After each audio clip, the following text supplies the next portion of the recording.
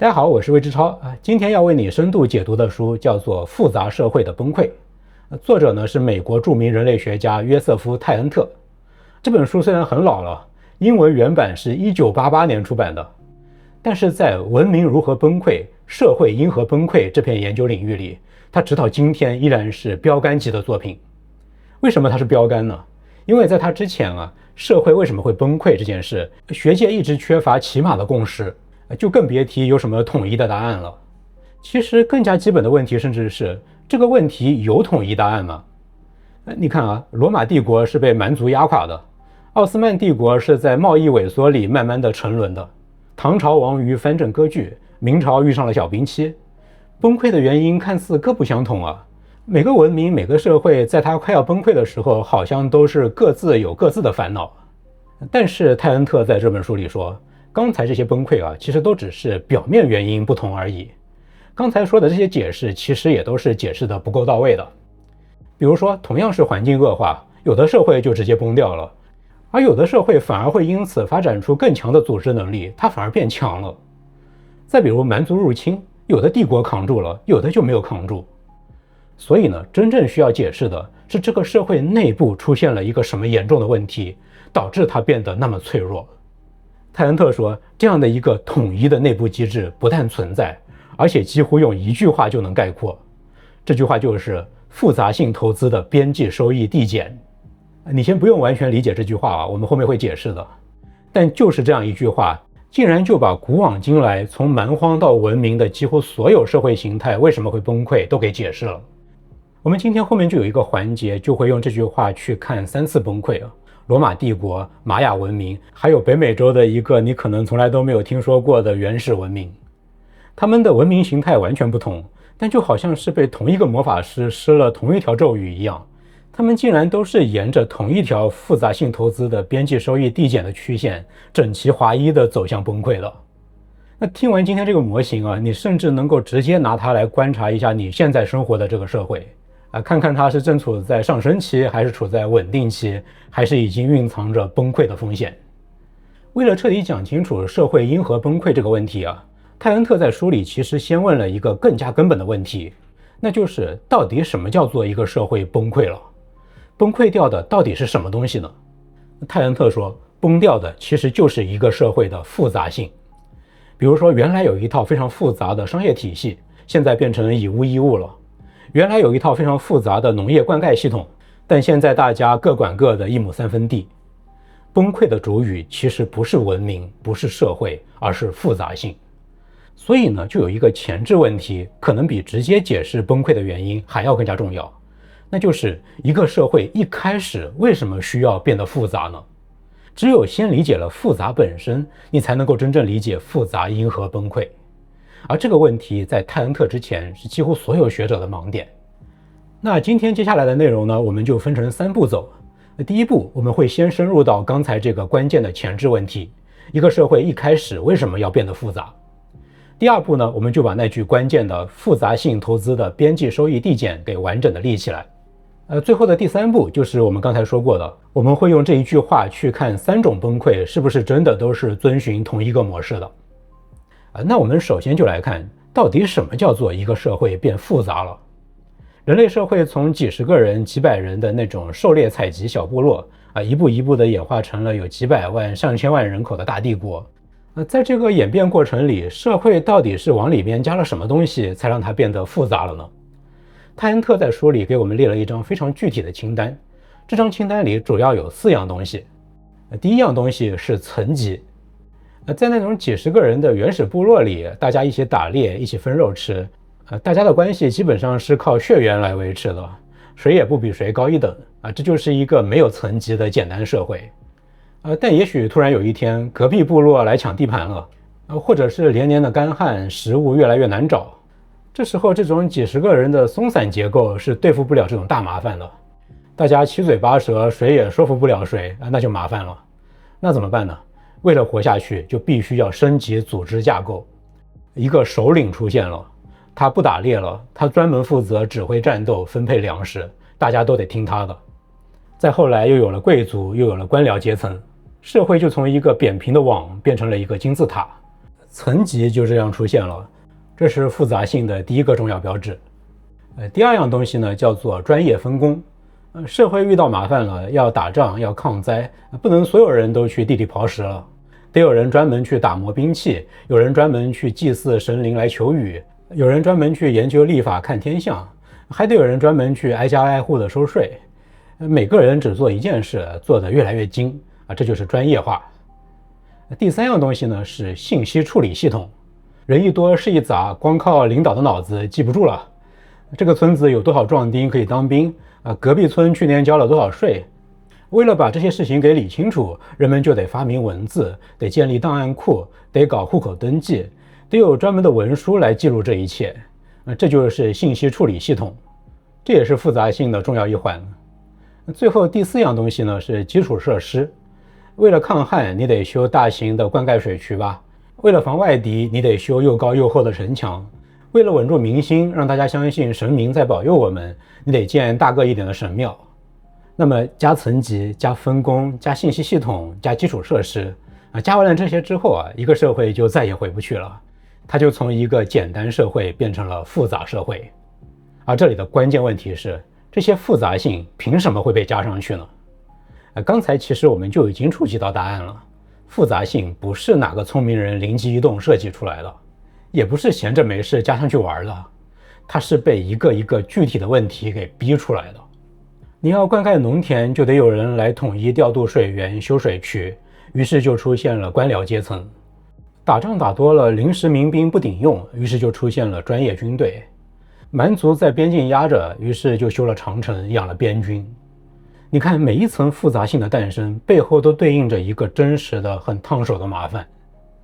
泰恩特的一个关键洞察是，每增加一层复杂性，社会解决问题的能力确实是增强了。至少一开始是这样的。有军队的社会的确能够打赢没有军队的，有官僚系统的社会的确能够统筹更大范围的资源调配。所以呢，复杂性是一种投资，它不是一个社会的奢侈品、装饰品，而是社会问题的解药。但是解药是有副作用的，复杂性最大的副作用就是它非常的烧资源。毕竟任何投资都是有成本的嘛。养一个官僚他得吃饭，他的办公场地得有人盖，得有人维修。建一座神庙要砍多少树，烧多少砖，要调集多少农民的劳动力。这些钱、这些成本都不会从天上掉下来，他们全部都来自于同一个地方，那就是社会底层那些种地、打鱼、放牧、做工的人创造的剩余产品。每增加一层复杂性，底下那些人就要被多抽走一份，这就是复杂性的成本。那这就引出了一个非常具体的问题，那就是一个社会愿意为复杂性付钱，是因为复杂性解决了他们真正的问题，是有正收益的。但一个社会一直增加复杂性，加到第10层、第20层、第100层，那它解决问题的能力会不会还跟得上它烧资源的速度呢？还是说到了一个临界点，复杂性的成本就会追上收益？到了那个时候，复杂性投资不就成了一个亏本的买卖吗？泰恩特说，这个临界点就是崩溃的起点。泰恩特在书里给我们画了一条曲线，横轴呢是一个社会往复杂性里投入进去的东西，包括人力、粮食、税收、官员的脑力、工程师的工时等等等等。纵轴呢是这些投入赚回来的东西，解决了多少问题，多收了多少粮食，打退了多少敌人。横轴就是成本嘛，纵轴就是收益。那这条曲线是长什么样的呢？泰恩特说，它的形状非常的稳定，几乎每一种复杂社会都走过同一条路，那就是这条曲线会先陡升，也就是快速的爬升，然后再变平，最后会往下掉。我们一段一段来看。第一个阶段，陡升阶段，也就是一个社会刚刚开始变复杂的时候，这时候每增加一份复杂性，回报都大得吓人。你想想看一群几百号人的部落，原来什么都没有，遇事全靠吼。这个时候呢，他们第一次推举出了一个酋长，就这么一个职位，争端就少了一半，打猎也能够协调了，跟邻村谈判也能够派代表了，解决了一大堆原来解决不了的事情。而他们付出的成本呢，也就是大家匀点东西给酋长吃而已，几乎是一本万利。那其他那些复杂性的投资一开始也是这样的，第一支常备军、第一套文字、第一座粮仓、第一个灌溉水渠，这些早期投入的复杂性投资几乎每一笔都是稳赚不赔的好生意。正是因为这一个阶段太赚了，人类社会才会前赴后继地往复杂的方向跑。复杂性这帖解药在早期往往真的是药到病除的。那然后呢，就是那个曲线的第二段了，它开始变平了。好日子不会一直这样过下去复杂性加到某一个程度的时候继续投资还是会有回报，但这个回报会变得越来越小，越来越不值。这就是我们开头说的那个关键句：复杂性投资的边际收益递减。那为什么会这样呢？泰恩特在书里给了4个维度的案例。第一个维度是农业和资源生产，这里边的规律其实特别朴素那就是那些好种的地、好开采的资源总是最先被开发光的嘛。农民来到一个新的地方定居，他们开荒的时候肯定是先挑那些最肥、最近、最好种的地嘛。然后人口一多，好地被占满了，那就只能去山坡上开垦，去沼泽里开垦。这些地不仅本身肥力就非常薄，而且还要修梯田，要修排水设施。投入是大幅的上涨了，但多种出来的粮食却越来越少。矿产和能源是同一个逻辑比如说英国早期烧木头，木头烧完了被迫挖煤，浅层的煤挖完了再挖深层的，最后是深到地下水都涌了出来。蒸汽机就是为了把矿井里的水抽出去才被逼发明出来的。这样的发明当然是一个很好的副产品但是这背后也是一种无奈那就是每一次的技术突破背后真正的驱动力往往都是因为原来那些便宜的资源被用完了，人们才不得不发明出来一些新的东西去搞定那些更贵的资源。便宜的先用完，用完了之后再用贵的，这样的一条规律一启动呢，那复杂性投资的边际收益就只能不断的变低了。那我们再来看复杂性边际收益递减的第二个维度，信息处理我们前面说到过嘛，社会一变复杂，事情一多，就得靠一个复杂的文书系统来管理。那么你设第一个文书岗位的时候，那太管用了。原来口头传话天天传错，现在白纸黑字一清二楚。加第二个、加第10个可能都很管用但是加到第100个、第1000个的时候呢，这个时候就会发生一件特别荒诞的事，那就是新加的那个岗位，它的主要工作内容就不是解决底下老百姓的真问题了，而是跟其他的岗位扯皮、对接、走流程、填表格。这时候一个系统内部的协调成本就开始超过系统对外的产出了。泰恩特在书里举了一个例子，英国海军从1914年到1967年，主力战舰减少了将近80%，水兵减少了30%，但同一个时期，海军部的官员涨了多少呢？涨了7倍多。船在减少，兵在减少，但是管船管兵的人数却在暴涨。现代企业也都逃不开这个魔咒，所谓的大公司病，就是企业变大了之后，新增加的成本全部用来理顺内部摩擦，于是企业的效率就变得越来越低了。然后呢，我们再来看复杂性边际收益递减的第3个维度，书里叫做社会政治控制，其实就是维稳。一个1万人的小城邦养几十个差役可能就够了，而一个1000万人的帝国呢，那你就要养几十万常备军、几万官僚、无数个边塞要塞。注意它不是一个线性的比例增多的，人口涨10倍，维稳成本不是涨10倍很可能是涨100倍。一开始罗马皇帝在罗马城里发面包办角斗赛是作为一种恩典来收买人心的，偶尔搞一下就可以了说白了就是维稳嘛。但是时间一长呢，后来这就变成了一种义务，停一天市民就要造反这就是维稳投入的边际收益递减。那我们再来看复杂性边际收益递减的第4个角度，专业化这一条可能跟我们今天这个科技爆炸时代的体感最贴合了。最早期的那些技术发明和科学发现几乎都是一个人单打独斗搞出来的像是孟德尔，他就是一个修士他在修道院的园子里种了几年豌豆，就把整个遗传学的基本规律都给摸出来了。法拉第在皇家学会的地下室里用一根铜线圈和一块磁铁绕来绕去就把电磁感应这个现象给发现了。投入小的不像话，回报大的不像话。而今天呢，今天每一个新专家研究的问题都越来越细，越来越冷门，越来越难突破。那些便宜的好回答的问题早就被千人挑光了嘛。医学在这方面可能最典型像是细菌感染，青霉素一发明就解决了，花了2万美元救了至少几亿人的生命。那今天剩下来的那些病呢？癌症、阿尔兹海默症，每一个每年都要烧掉成百上千亿美元，而人类的平均寿命都不见得增长。复杂性投资的边际收益是急剧递减的。当然，今天 AI 的研究可能是一个例外啊。那么刚才这4个维度外面，其实还要再叠加上一个很要命的规律，那就是复杂性这个东西往往是加上去就拿不下来的。一个岗位设立了，那裁掉它就很难，常备军建起来了，可能就要永远养着。复杂性往往是只进不退的。那么刚才这些力量加在一起，那条复杂性的收益曲线想不变平都难了。然后呢，这条曲线就不可避免地进展到了要命的第3阶段，曲线开始转负。曲线变平的意思是再投钱也赚不到更多了，而转负的意思是再投钱系统反而变得更糟。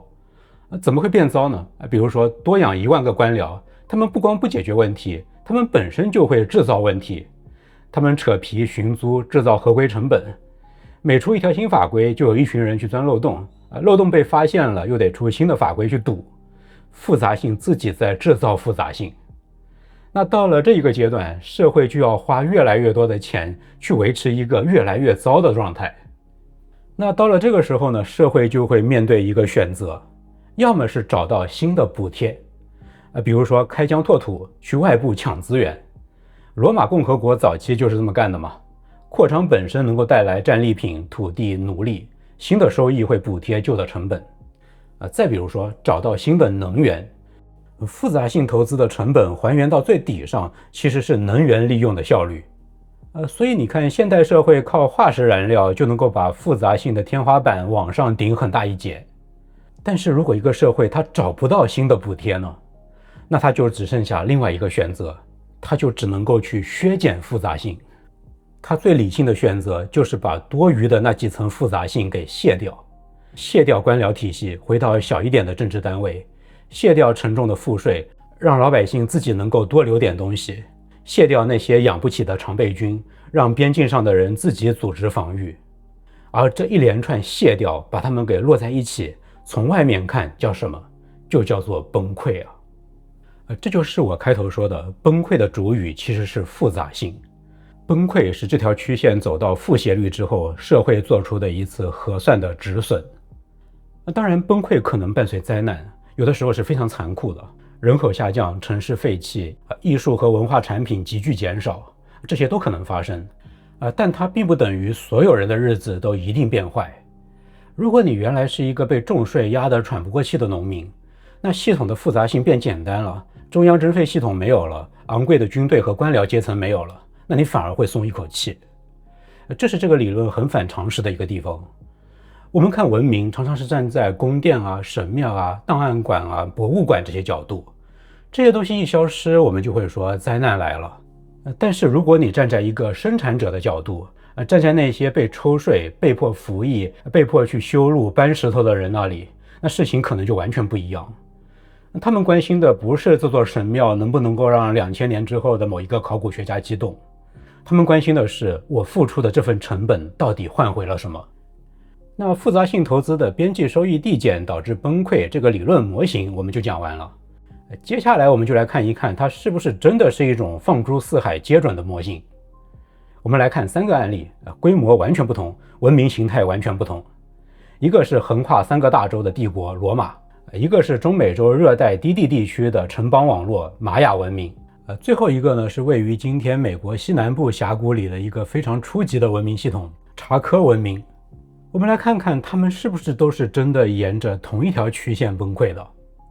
先来看罗马。泰恩特说，要理解罗马是怎么样崩溃的，得先看它是怎么样崛起的。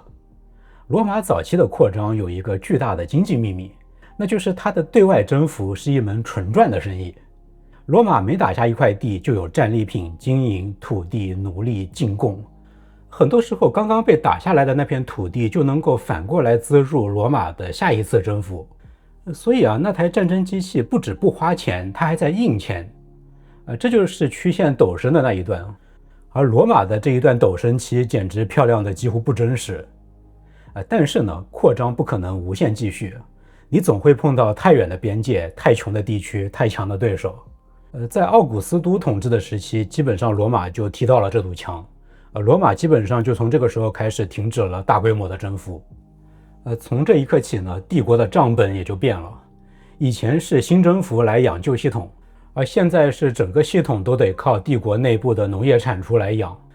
边境还是要守，道路还是要修，军队还是要发饷，官僚还是要吃饭。而那个最甜蜜的外部补贴已经没有了。于是那条收益曲线就开始变平了。然后呢，公元20世纪往后，瘟疫啊、边境战争啊、内战啊、财政危机啊，一波一波的冲击过来。而帝国的反应不是变简单，而是继续增加复杂性。戴克里先和君士坦丁这2位皇帝的改革就是典型。他们连续做了3个大幅提升复杂性的动作。第一个是扩军。在塞维鲁王朝之前，罗马军队大约是30万人，而到了4世纪末，经过这2位皇帝的大幅扩军之后，可能已经膨胀到了65万人。他们的第2个操作是扩官僚。戴克里先把行省拆得更加细，还搞了4地共治，每个皇帝和副皇帝各配一套宫廷班子，官僚的规模翻倍，而且被复制了好几份。第3个操作就是加税了。后期的罗马帝国建了一套刚性的征税系统，你这块地欠收也要交税，地荒了也要交税，村子之间还负连带责任。富人是有办法低估土地价值的，那剩下的负担就全都压到了普通农民身上。必须要说，这3板斧砍下来，短期来看确实是给罗马续了命。如果没有更多的军队，帝国可能早就被外族攻陷了；如果没有更庞大的官僚，内部治理可能早就崩溃了。问题是，这种续命的方式是把系统变得更重、更复杂。于是，一个要命的循环就启动了。国家为了防崩溃，加军队、加官僚；为了养这些人，加税、加管制。税和管制会压垮地方经济。经济越弱，国家就越收不上钱，越收不上钱，征税就真的更狠。那到了这一步，复杂性就已经不是在解决问题了，它是在掏空维持它自己的燃料。那么那条曲线就转负，并且是一头朝下了。有一个细节特别能够说明问题，罗马后期开始把人固定在职业里，士兵的儿子必须当士兵，农民也被绑在土地上。你想想吧，当一个职业还值得做的时候，你是不用把人钉死在里面的。只有当大家都想跑的时候，国家才需要用法律把人给摁住。所以我们现在再来看蛮族入侵，就能够看出另一层意思了。蛮族当然是一种压力，但是对于很多被这个税务系统榨干的罗马农民来说，蛮族反而是解放者，因为他们那边没有那么多人要养。崩溃对于皇帝和元老院来说是末日，但对这些农民来说是卸掉了一个亏本的包袱。罗马不是亡于蛮族，而是亡于复杂性投资的那个买卖做不下去了。我们再来看著名的玛雅文明。我们先得把那种关于玛雅文明的浪漫想象给清理掉。过去很多人以为玛雅是那种和平的祭司文明，农民平时在丛林里刀耕火种，偶尔去金字塔祭个天。但是现在的考古证据已经彻底推翻了这幅画面了。真实的玛雅人口密度非常高，农业是高度集约化的。玛雅是一个一个城邦组成的，考古也发现这些城邦经常相互之间打得不可开交。统治者们关心的是王位传承、政治联盟和战争胜负。这跟我们熟悉的其他文明没有两样，它就是一个非常标准的复杂社会。那玛雅为什么会走上复杂化这条道路呢？答案藏在它的地理环境里。玛雅文明的核心区是中美洲南部的低地，这片区域的关键特征是它是一大片平坦的石灰岩台地，海拔差异非常小，生态环境是高度均匀的。均匀意味着什么呢？就意味着所有人种的东西都差不多，收获的节奏也差不多。你丰收的时候邻居也丰收，你欠收的时候邻居也欠收。那么当人口增长到一定的程度，撞上粮食压力的时候，你就没有办法跟邻居互通有无来解决问题，因为邻居那个时候也在挨饿。那最直接的方法就是抢嘛，就是打仗嘛。那战争一起来，复杂性就像滚雪球一样停不下来了。要打仗就得有指挥者，等级制就出现了。要防守得集中居住，于是城镇化就加速了。分散的小块田地守不住，那就必须搞集约化的农业。而人口越多，地盘越大的那些城邦在竞争中的确是占据优势的。这就是曲线陡升的那个阶段，复杂性带来了正回报。而这种复杂性投资是被问题给逼出来的，还是那个标准的剧本？玛雅真正有点特别的是城邦之间的竞争方式。大多数的玛雅城邦是没有大规模的常备军的，那怎么样来威慑对手呢？靠建金字塔和建纪念碑。你修了一座非常宏伟的金字塔，对手看到了就知道你能够动员多少劳动力，也就知道你能够动员多少士兵。你修的纪念碑上刻满了那些征服敌人的画面，是向那些来访的人展示，惹我的下场就是这样的。于是呢，纪念碑越修越大，建筑越来越宏伟。别的文明是搞军备竞赛，非常烧钱，而玛雅搞的这种艺术竞赛其实也一样烧钱，而且一旦卷进去，就谁也不敢先退出。那这个的代价呢？代价全都压到了农民身上。考古学家通过骨骼分析发现，晚期玛雅人的身高在下降，疾病在增多，寿命在缩短。但是就在崩溃前夜，这些建筑活动反而达到了历史峰值。纪念碑修的最疯狂的时候，恰恰是底层已经被压榨到极限的时候。复杂性的投入在加速，但支撑它的底座已经在透支了。这就是标准的曲线转负的阶段。复杂性的投资在增加，但是只能换来一个越来越糟的状况。后来的崩溃来得非常迅猛。公元790年还有19个城邦在立纪念碑，830年就剩下3个了。889年，最后一座带完整的历法铭文的石碑被竖起来，然后玛雅的整个政治和仪式体系就终结了，人口从大约300万暴跌到40-50万。那些宏伟的金字塔没有人维护，被丛林一点点的淹没。但是这种崩溃不是全面的，玛雅的北部地区不仅没有跟着崩，反而因为南方那些难民的涌入，一度变得更加繁荣。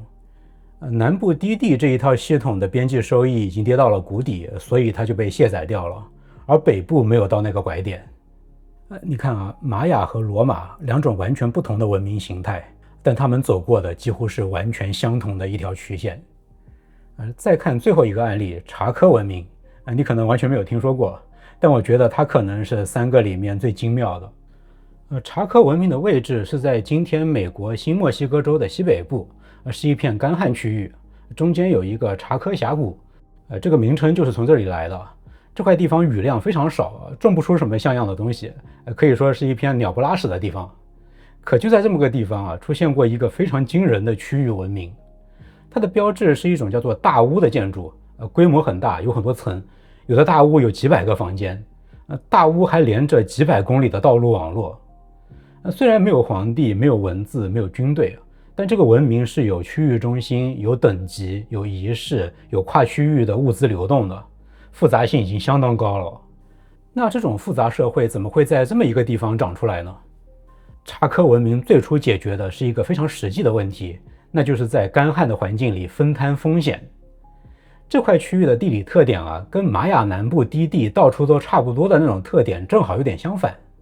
它高海拔和低海拔地区的农业生态差别非常大，关键是这两种地形的丰收欠收的周期正好是反着来的。暖干年份是低地欠收，高地丰收，湿冷年份反过来。这就创造了一个非常妙的互补的结构。而查科人的天才之处就是他们在这个环境多样性的基础上建了一套区域保险系统。说白了就是这块区域各个地方的村子部落，他们把他们的那些收成的盈余交给这个峡谷里的那些精英管理者，然后遇上欠收的时候就从这个公共池子里获得补贴。这就跟交保险费然后出事的时候获得赔偿道理一模一样嘛。泰恩特把这个叫做能量平均，说白了就是把风险摊到更大的空间里。而那个大屋和它周围的道路网络就是这套保险系统的配套设施。那一开始这套系统当然非常有效，你每加入一个新的社区，一个新的部落，它带来新的生态区，新的生产周期，那整个网络就会更加稳定。这就是那条曲线陡升的阶段。但还是那样，好日子不会无限持续。当那些在生态上最互补的地区都已经加进来之后那继续扩张就越来越不划算了。后加入的那些社区可能跟已有的社区环境很像，大家还是要旱一起旱，要丰收一起丰收。